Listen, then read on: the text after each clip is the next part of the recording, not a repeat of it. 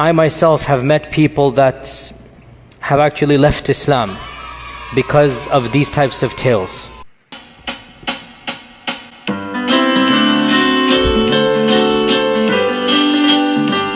I'm Muhammad, I'm a prophet because I said so. I have this hairy mole right on my shoulder, you know. And my bestest buddy Allah, he works for me though. I call him God to make his income pure as white snow. In the damp cave of Hira I met this bad man. He squeezed me until I threw up the Quran.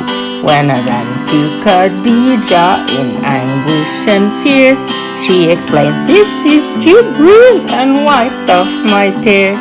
I'm Muhammad, I'm a prophet because I am him, and Allah caters to my needs and every whim.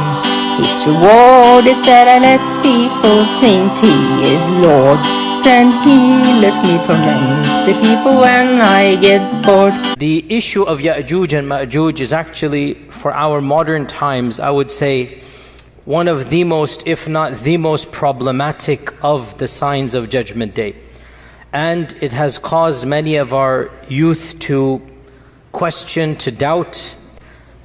I myself have met people that have actually left Islam because of these types of tales.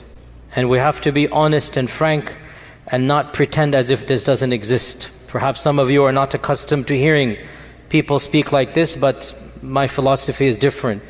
We are dealing with the crisis of people leaving our faith, our own children, our own young men and women. And of the reasons why is that we are not answering some of these issues that they bring, and we dismiss them.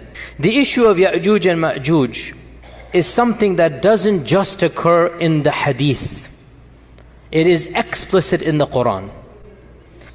Standard medieval interpretation of Yajuj and Majuj is the following. This is what you find in Ibn Kathir. You find it in the tafsir literature of Samarqandi and of Tha'labi, and basically this is the mainstream interpretation for our classical and middle ages of Islam. If you look at any book of tafsir, any book of history, the notion was the following.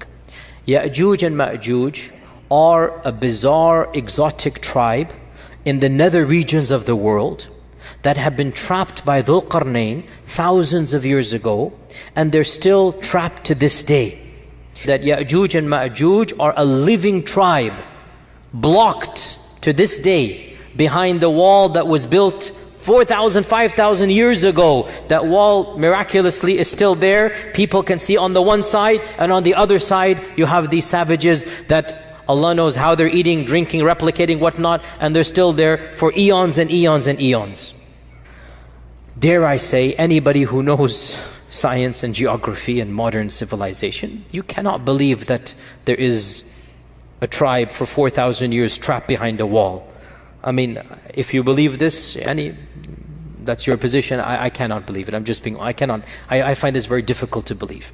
If you still believe that there's a big wall that is lasting for thousands of years, and by the way, no human structure is that fortified for 4,000 or 5,000 years that nothing happens to it. Even the Great Wall of China needs to be built up or whatnot. I mean, it doesn't work that way. But anyway, if you believe, and anyway, so this is, what can I say? If you believe it, you believe it.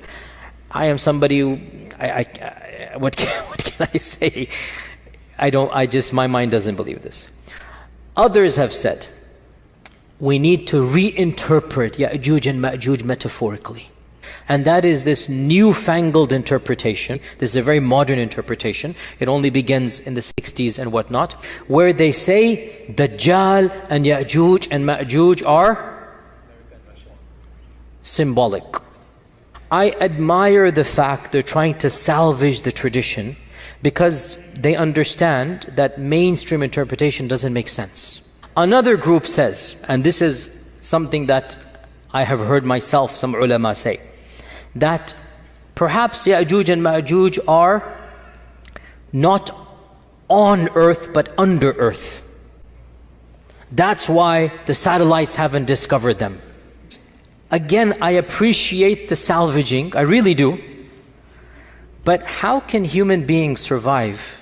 No vegetation, no plants with the sun, no oxygen, food, drink, thousands of years. And according to these traditions, we're talking about gazillions of people.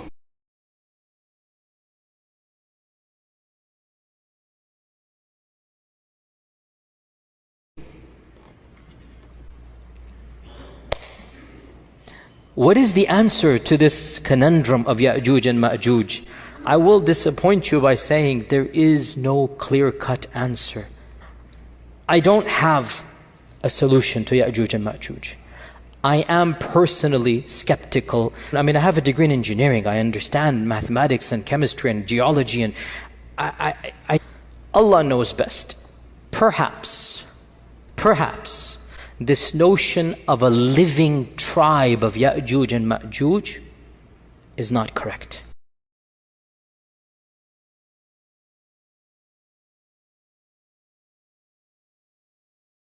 This notion of a living tribe of Yajuj and Majuj is not correct.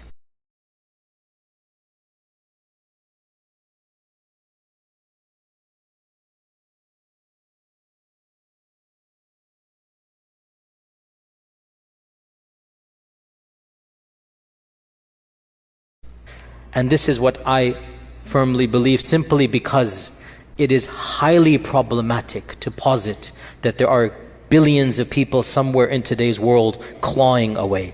There is another interpretation which I hesitate to even verbalize. And I will tell you honestly, this is not mine.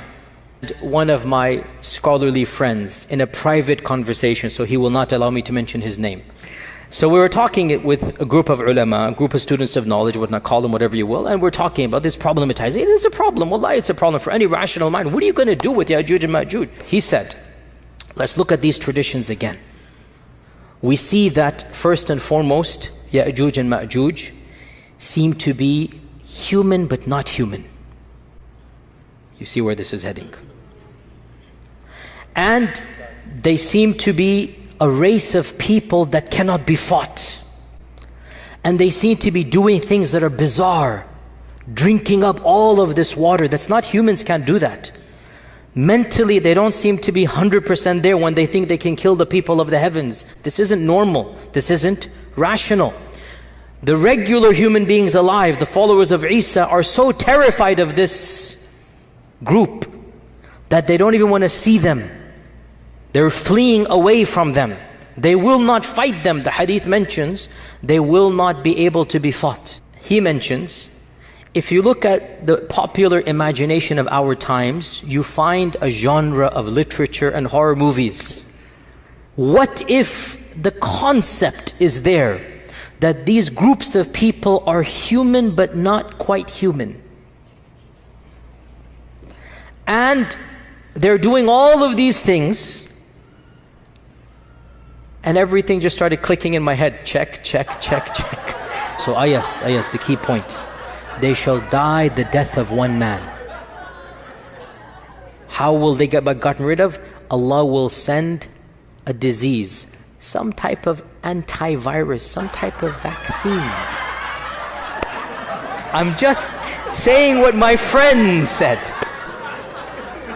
Because the hadith mentions this explicitly, does it not? Allah will send something that will get them in the neck, and they will die the death of one person.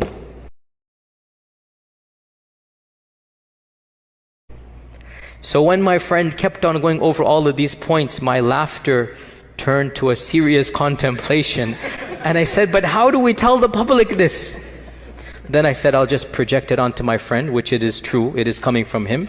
And I'll take myself out the picture, so that as you laugh at my friend, but the laughter will slowly turn to contemplation, and deep down inside you'll realize this makes a lot more sense than anything else out there. I'm Muhammad, I'm a prophet because I said so.